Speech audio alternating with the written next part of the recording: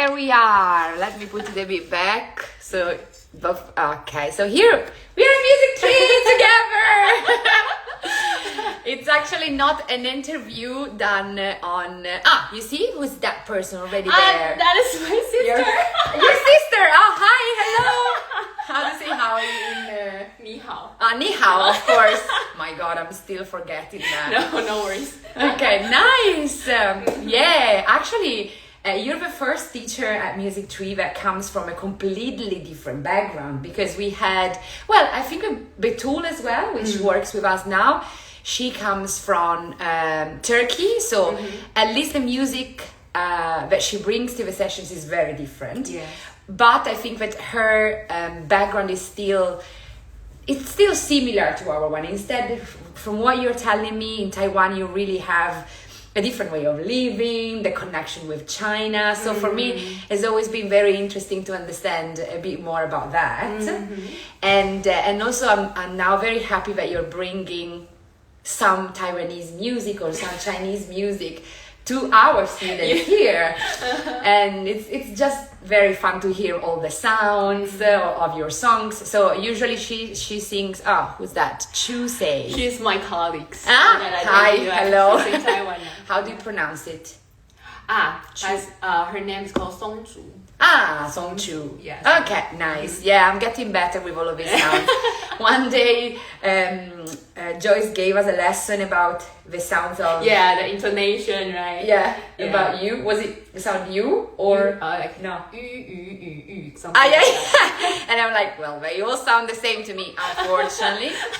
But it's like, when we say grazie, and the rest of the world say grazie. And it's grazie, but nobody hears it. Oh, okay. So you see? I can tell. Yeah, we say grazie. Grazie. Yeah, grazie. So but it's different from grazie? No, it's the same word. It's actually grazie. Yeah. But all the people from the world say grazie because they see that there is ie at the end. I see. And so they pronounce it wrong. That's but right. Actually it's grazie. Grazie. Okay, lesson of Italian as well. Okay, so let's have a chat with Joyce. Okay, I'm going to introduce you, Joyce, a little bit. I literally met her on Instagram. Yes. So you found me on Instagram and asked me straight away to participate to MTTT. Yeah. So she never studied anything with me before, never done a small course, nothing. She was just like, I'm gonna join MTTT. Yeah. And then we started speaking, and she was actually in London. And I was like, great, so just come to see the sessions here at Music Tree. And then I discovered that she was doing the research master in music education at University College London with the same professor that I have worked 3-4 years before. So for me, it was like, oh my God, say hello from me. So that's how our connection started. Yeah. But it felt immediately to me that I knew you from a long time. It was very simple, the connection and the communication. And what really struck me about you and your background from Taiwan is this rigorous way of studying and analyze and really understand what you are observing in our classes at Music Tree and in your own work. So you have a lot of these skills, like research skills, no? So tell us a little bit more about your experience, for example, at the University College London. Okay. And then how you transfer what you've studied from the masters to here at Music Tree, or what were the things that convinced you to start MTTT when you were still doing the masters there? Oh, okay. Okay, thank you for your question. And can I start with why I ended up in London? Yeah, actually? Of course. Because that's a very there's a big motivation behind it. Because when I was in Taiwan, I had been teaching piano for 7 years. And then, the more that I taught, I feel like, the more questions that I start asking myself. Because I feel like, I used to teach ABRSM, and just like what I tell you, in Asia, we do... So ABRSM are some grades. It's a grade system that is used a lot in the UK, but also in China and in Asia in general. Yeah, and it's very famous there. Yeah. And then... So I used to teach ABRSM, and we work on the technique, we work on the notation reading, sight reading a lot, and they all really have like a very solid foundation on that. But and they all really like did well on the exams. But somehow, like when I was like teaching on my like 5th year, and I start feel that my teacher and my students, they don't really enjoy playing. And I mean, they do very well, but they don't really know what music is. And I started to reflect on myself that, am I really teaching music in a musically meaningful way? Or like, how does my teaching shape my students' understanding of what music actually is? So, all of these questions just come to my mind. And then with these doubts, I started like thinking that, maybe I really want to, go abroad and then see like what music education is like in other countries. So I started apply for UCL, the music education postgraduate program. And because I really enjoy doing research, because actually my background is in musicology, not in music education.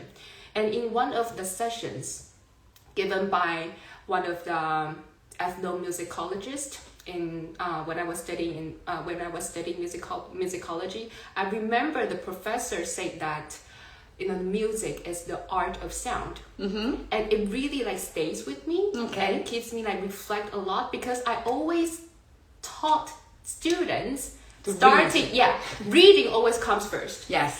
And then actually I have learned MLT when I was in Taiwan, and audiation, this concept really like leaves a deep impression on me. But I didn't have a chance to like put it into practice. So after I came to London, I started studying with Graham Welch. And he's a very good and very professional music music education experts in the psychology aspects. So I did a research about the relationship between music and language from the perspective of cognitive and neuroscience. And then from there, because I did a critical review, it's a literature-based research, but I still like look into a lot of articles that says music training really helps the children's development of language, which means that they quite share the similar brain mechanisms. And also I think it echoes with what Gordon says in MLT, because Gordon emphasized the audiation. And also it requires a lot of executive function, and also it's quite in line with your music tree approach. So that's why when I was like reading your articles, your posts, I was like, okay, this is what I'm looking for. Because also there's one thing, if I'm wrong, feel free to correct me. No, of course you're not wrong. because I took a lot of piano teachers training when I was in Taiwan. And then usually this is how, like they provided like a variety of lesson plans with tons of like music activities. And then I think they are very useful for a beginner teacher. But throughout the years of my teaching, I started to think that, okay, I want to develop my own thing, but I don't know how to do it. I don't want to follow someone's lesson plan, because what I'm curious more about is that what is the concept? What is the theory behind it? And then I remember in one of your posts, you mentioned something about that. MTTT is not a place where, MTTT is a place where you can develop your own approach, but it's not a training course. It's not only about the training course. Also, we talk about pedagogy. We talk about psychology. Yes, they all very important. But what intrigues me a lot is that, I don't have to follow someone else. And on top of that, I can have based on a strong theory and then I can develop my own thing with a strong foundation. And then that helps me to carry on my journey of teaching in a more sustainable way. Absolutely. Because otherwise you're always looking for resources from someone else, ideas of someone else, and never really trust your instinct when you are with the children or with older students. I remember in when you started teaching here, which was about, well, she started doing some cover classes, and then now she's running some courses. And when you started, it was always like, it's never been for you, it's never been like, oh, tell me what I need to do. I think that you really understood very well that there was a theory, and yes, there were some ideas, some activities that I would give you, but the core of this type of pedagogy that I'm trying to promote is the cooperation between you and the children. So stay in the moment, observe your students.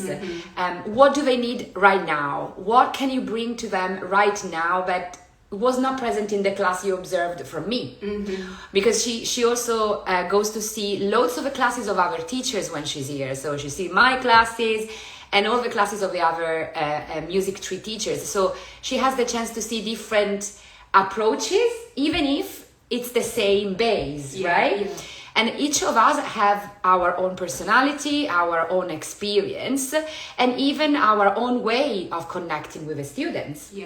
So I think that you understood that very well. Therefore, you've never been a teacher that asked me for many questions after the classes, or I don't know what to do with the students. Only once it happened, because there was a child that had a particular behavior, but immediately you understood that you have to connect with that.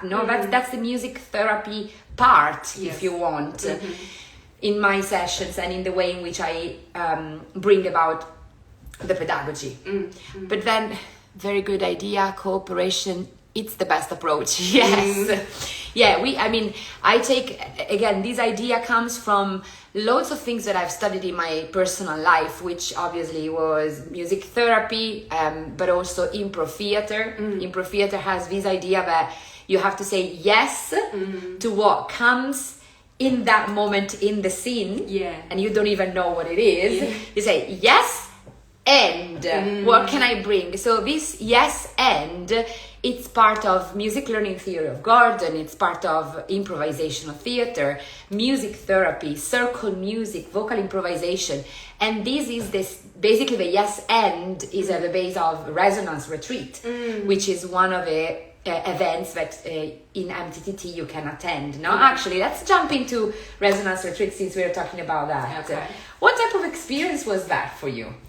Okay, that's because I shared some of the the videos actually on my personal account when I was in Italy with you guys, and then I would say it's a very unique, I am not sure whether it's a good word, but unique and special. And then I've never thought about like this music, kind of like a music education retreat, that it can go like this. So because people normally think about, I want to learn this idea, I want to bring this to my classes tomorrow. Whilst Resonance Retreat is more for yourself, to look inside you and connect with the people. That's right. Because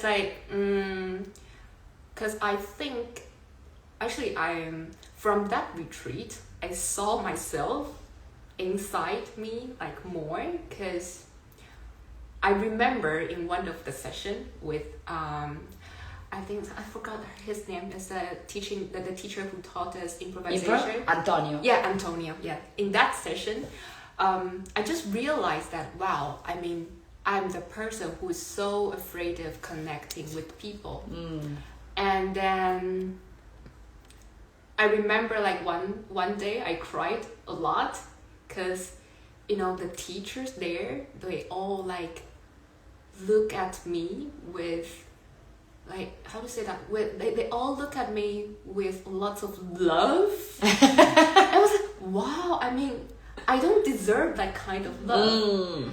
And then actually it triggers my trauma. Yeah, of course. Yes, and then that's why there is a psychologist there. That's right. So I stay with the psychologist for a moment, and then we talk, and then I just talk to her that I think this is it's a bit way too much for me at that moment. Yeah. And then but after that retreat, I reflect a lot, because it reminds me of one thing, is that teaching happens in the connection between people, between, for example, parents and children, or teachers and children. It's not like something that, you are not teaching to a robot, and you are not a robot. You cannot control them, but we can, just like what you say, we have to like stay at that moment and then feel the connection. I think because nowadays the society, the pace of the society goes very fast. And then we don't really have time to feel. But music is the thing that we have to feel. And teaching is always the thing that we need to feel from children. So it's like what you say, like, for example, I have already observed a lot of lessons, and then at first I copy your activities because I don't really want to do. But I found that, okay, sometimes it doesn't work. Why it doesn't work? It works in your group, but it doesn't work in my group. And I thought, okay, I need to like start the connection with me and my children, and I deal with it in my own way. So I think for the resonance retreat is kind of like, it's very different, because we don't talk a lot about pedagogy at first. But we talk about something that lies, like, more importantly behind the teaching, is that the human connection between each other. But not only between each other, also between you and yourself. That's right, between me and myself. So I talked to my inner child a lot after that. I asked her, like, how do you feel during the retreat? And she always told me that I feel so afraid. I cannot, like, because, I was the only Asian there. Only me can speak Mandarin. Nobody can speak Mandarin to me. You know what I mean? And I said, okay, I was feeling a bit lonely. It's normal in that event, because even when I went to the retreats in Brazil and I tried other things for music facilitators, not really for music teachers, you feel that you are pushing yourself out of the comfort zone when you go to those places, because the retreat is like the archetype of a village. Okay, so you have your teachers, you have your friends, you have somebody that maybe resemble your parents, or somebody that maybe or some situation recreates experiences that you had. So the type of relationships that you can build within a retreat can resemble the type of relationships that you had when you were growing up. Okay, so that happened to me a lot when I went to the retreats. And so you are in a moment of transformations when you go into this type of space, and obviously you can feel very a bit scared or a bit fragile. It's normal, but it's when you understand that, I can actually rely on the person that is here on my side, and I can actually be the person that I am, and nobody's really judging me. So that is a lot of things that one person go through during a retreat, and our goal is still just music education. It's not that we're trying to change the life of people, but by changing these elements, you will improve the teaching life of a person, but at the same time, the relationship that person has with themselves will also change a lot. So you said, for example, that another thing that happened after the retreat was that you found yourself singing a lot more. Right. After, because I was trained like in a classical piano, learning. So I wasn't like, I didn't used to sing a lot. As you can see, in the resonance retreat, I was like, oh my gosh, don't ask me to sing. I'm so afraid. And there, she has a beautiful voice, by the way. And there are so many amazing singers there. I was like, okay. But after that, and also after I started teaching here, because I have to learn a lot of songs and have to sing to my kids, to my children. And then I just found that, whenever like I walk on the street, I just unconsciously started singing, just like just on my way to here, I was singing the Christmas song that I'm going to teach to my students tomorrow. It's the rock and roll Christmas time. Like, okay, so I feel like joining in MTTT is kind of like restart my journey of learning music. Because music learning is kind of like it develops throughout the, how to say that, it still develops, and then along with the time goes on, so we still need to like look into like what is the more natural way to learn music. And then, as what I've just told you, I didn't sing a lot, though I love singing, but I don't really sing a lot. So singing really changed my way of understanding music. Absolutely. Singing is fundamental. That's why we do a lot of that at the Resonance Retreat, and most of the songs that we're doing, or most of the singing that we're doing, is actually improvised. So you start trusting your voice, also from a pedagogical point of view, because when you are leading an MLT class and you want to give, for example, the ostinatos to the families, you need to come up with patterns. You can't simply tell them to sing doom, doom, doom, doom in every class. Top voice, sing more and more, and then what they say, interior behavior is always to follow. Nice. So singing more, opening more your relationship with your own creativity. It's important for yourself as a teacher, because you never know, maybe one day you want to write a book. Okay, you are so much into pedagogy, so much into research, and you have so much knowledge in that sense, and maybe one day you want to go back to Taiwan and write your own book. Okay, I'm not talking about in 2 years, but we never know. And in that situation, you might want to be able to compose your own songs, right? To trust your voice. But even when you're working, especially with a music tree approach, when you're working with kids 5+, in our sing and play course, you always have to come up with arrangements for the students. So you have to start thinking, okay, what can I put together with that and that? It's not just about creating the bass line and ding, ding, ding with the bells. It actually has to sound good, and at the same time connect with the abilities of the students. So having a good connection with your inner instinct of musicality is fundamental. And if you don't have that, you won't transmit to your students this openness.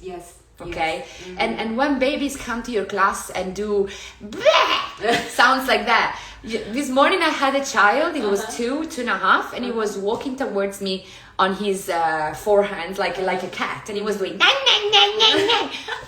So as a teacher, as a traditional teacher, I would feel, this sound is really outside of my comfort zone, or it's really not a nice sound, okay? But as a music therapist, instead, you would be like, this sound is the way in which this child is expressing themselves right now. So everything that we do through Resonance Retreat and the other retreat that we will do here in February is all about accepting that every sound is fine, every musical proposal can become a much better composition. But if we're not able ourselves to accept that little challenge, then obviously we will shut the creative ideas of our students outside, right? But since you are such a very good pedagogist, you have also, and I know this because we had a mentoring session the other day, and she talked a lot about this with me, and she basically found 3 points, right? 3 points that you said that you have kind of understood now through MTTT about teaching. So let me see if I can find them again. Where is it? No, it's not this. Skills. This one, the 3 skills that you understood that you have to work on through these months together in MTTT, right? So the first, I'm gonna read them through and then we go through it, okay? So the first one was your teaching strategy. So the flow, the patterns, the managing skills, the practical skills, basically working on things that are practicals, Yes. the strategies. Yeah. The second one was the emotional regulation of the teacher. Wow. And that, I think that it definitely came out in MTTT, but maybe also in the hub. We speak a lot about that in the group, Telegram, where, we all come up with our own difficulties where we need to share. And then the third one was improvisation and creativity. So we kind of spoke already about improvisation and creativity. Would you like to have a little go through with teaching strategies and emotional? Actually, I'm interested in the emotional regulation. Okay, emotional regulation is actually, this is the exercise that, because I've been under the therapy for 3 years. And also I want to mention that because I talked about the resonance retreat with my therapist, and then she told me that actually this resonance retreat helps me a lot because it gets my emotion, like, how to say that? Moving. Yeah, moving. Because usually I just, kind of like suppress my feeling. But this retreat really helped me to express my emotion a lot. I tell you another story. Another one of our music teachers went to the retreat a few years ago, and after the retreat, she went to do her own therapy with her psychotherapist, and she started crying like she's never done before in all the therapy sessions that she had before. And the therapist was, what happened? How comes that you can now open up so much? And she said, well, I went to this retreat and we worked a lot on our needs and our musical creativity. And the psychotherapist told her, okay, now, even if you don't have money to continue right now, just come for free. Because you are finally in a new flow. So we have to take this flow and then you can pay me when you can. Yeah. So it is really powerful when you go through this type of retreats, So this is connected obviously to this emotional regulation that you were talking about. Actually, the emotional regulation is the exercise that my therapist told me to do, because I struggle with strong anxiety like few years ago, and then when I feel anxious, actually I cannot teach well. No, because I cannot connect with students properly. And so every time before I start teaching students, I always do this emotional regulation. This doesn't mean that you have to to try not to be angry, or this is not only that. It's also kind of like connecting with yourself. Connecting with yourself, with what emotion that you feel right now. Usually, I feel a lot of fear inside here because due to my background, I was I always get judged by, a lot of people, by my parents, by my teachers. I mean, they don't really judge you, but they expect you to be good enough. Yeah. So there's a big trauma behind me that I'm always afraid of not being good enough. Yeah. And that really triggers my anxiety. I know that very well. Oh, yeah? The same. Yeah, and that really triggers my anxiety. So what I mean by emotional regulation is that, whenever we teach students, if you feel anxious, if you have a lot of fear inside, children can feel it. Yeah, and then absolutely. You cannot connect to children properly. Yeah. Yes. So basically, for example, I give a very typical example. When I feel very anxious, for example, I want to show parents something. So I keep telling kids, hey, we're gonna show your parents about blah, blah, blah. We need to do this activity. We need to do. But actually, this doesn't work for children because this is your own anxiety of performing in front of the families. Yeah, but this is not what children need at that moment. Yeah. So they don't really care about you. They don't listen to you. Yeah. So I know that really that kind of anxiety can really have a big impact on me. Yeah. So before teaching, I always do the emotional regulation exercise. Is that I talk to my inner child that, okay, how do you feel right now? And usually she told me that, okay, I feel so scared. I'm afraid. What if some kids doesn't kind of throwing things everywhere and they don't want to listen to you and they find your class is boring, just lots of thoughts. concerns, lots of thoughts going on. And then I just told myself, okay, no matter what happened, you'll be fine. I mean, not you'll be fine, but no matter what happened, I can always love myself. I can always stay with you. I won't abandon you. And that's... sorry. No worries. And that's how I do the emotional regulation so that I can connect to my children better. Yeah. Because I don't feel that much fear inside. Yeah. But I think that this emotional regulation, it's useful for everybody, not just for people that maybe feel a little bit of anxiety like you, because each of us have our own kind of leadership, if we want to call it like that. Okay. So what it means to be in the position of a teacher, what it means to be in the position of leading your own projects, like for example when you're going to be in Taiwan and you want to open something for yourself. So we talk about this a lot in the hub normally. We have audios and podcasts where we really explore this type of emotions. How do I feel? What did I feel? Students that put me out of my comfort zone. How do I feel when I send an email? All these are real emotions that we have as music teachers, and nobody really take care of those emotions when we are in a training course. Because when we are attending a training course, what happens? Teachers teach us the method or the songs, and I'm done with it. I think that this is something that people can learn online in my programs. There's no problem. You need an idea, you need to see again the theory, you go online and you work on that. But when we are actually working on the mentorship or the Q&As or in the hub or in the retreats or even here when people come to observe the sessions during the internship, these are the things that we talk about, not just the patterns and the songs, you know.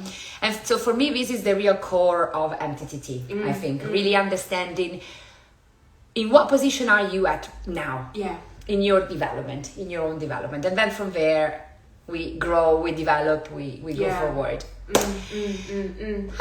Is there anything else you want to add? Because this has been already a very long conversation, like half an hour, 35 minutes more or less.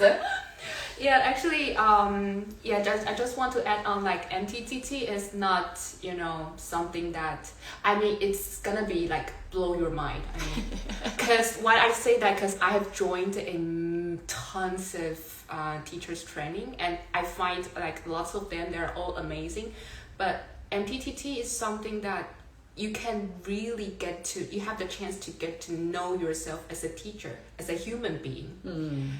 But you know, nowadays society tends to look like what is the effective pedagogy, what is the effective way to teach, instead of looking who you are. And instead of knowing who you are and why you want to be a music teacher. And this is a lot of like a deeper conversation with you and yourself. And also, I mean, I talk about this with you also, so you're such a good mentor for us. And then so yeah, I just want to say I'm really happy. We are also quite silly and say lots of stupid stuff, so it's not all deep and traumatic. Working on your traumas, your fears. No, it's not. There is this and that. Even in the retreat, in reality, we laugh a lot. We have moments when we simply had a disco, for example, or we had a show. Very crazy. One night we all talked about sex, or the facilitators told, and then we started by saying little things, and then it became an appointment, and everybody needed to share a fun, sexy story. And it's like, oh my God, we are music teachers that, you know, teach children. How comes we're talking about sex? Well, actually, you know, sex is still part of our life. We are adults with needs, with stories that we can share, with energy, with creative energies that for some people also come from that. But also we had one teacher saying, thank you for bringing this up, because I found myself teaching adolescents and sometimes these students are opening up to me and I didn't know exactly what to respond, how to respond. They even asked to have a specific workshop Oh. dedicated to that. Oh, okay. See, yeah, so anyway, I think that, you know, here at Music Tree, where I am delighted that you're here with us. Thank you. On top of being super precise and really, really authentically motivated, you're also a very fun person to be around. It's true. Very, very joyful, really, yeah, this type of style, and we love it because it's very refreshing. It's very refreshing, yeah, and children loves it. And the other day I was getting up the stairs, and there were a couple of parents here of your class, and you were in your class, and the kids came in, and you were like, "Hey, hello, hi, everybody!" And Are you here to your students, and the parents were like, "Oh, she's so fun. She's so nice." Yeah. Okay, great, because I was truly happy to welcome Yeah. I know. It felt very, very real, you know. Anyway, so thank you, Joyce, for your time. Thank you so much. Probably you will stay and see some classes today. Also because in January you we're gonna share 2 groups. So in January we're gonna do something crazy. Because I have to quit one day, the Thursday. So all my Thursday students have moved to a Wednesday, and obviously I don't have time for all of them since I was already teaching on Wednesday. So because Joyce have been coming to my sessions for such a long time, she knows the students very well, and she knows the program. And we're gonna share the classes. So we're gonna do all the first 15-20 minutes. 15 minutes of what I call into the groove, which is the moments of the sessions when we are working on tonal pattern, rhythm pattern, coordination, and all of that. And after that, we're gonna split the group in 2, and I'm gonna stay for 2 weeks with one group, and she's gonna stay with 2 weeks with another group, and then we swap over. So I will still have a chance to see my students growing, and I trust her completely. So no, it's gonna be fun, and I think that also for the students is a very good experience because they can still see the same approach, but run by 2 different people, and also learn how to respect 2 different teachers, the behavior of different teachers, the personalities of different teachers. So I'm positive, very positive about this change that we're bringing. Thank you so much for trusting me. Absolutely. Okay. All right, guys. So thanks for being here all this time. If you just joined, go back to the beginning. And what else? Nothing. If you want some information, obviously, on MTTT, just comment under this or get in contact with me via message or email. Thank you for sharing. She's my Leia. Her name is Leia, and she's my Taiwanese friend. Nice. She's also a music teacher. Okay, nice. All right then. Thank you, guys. Have a good day. What time is it there? It's late. What time?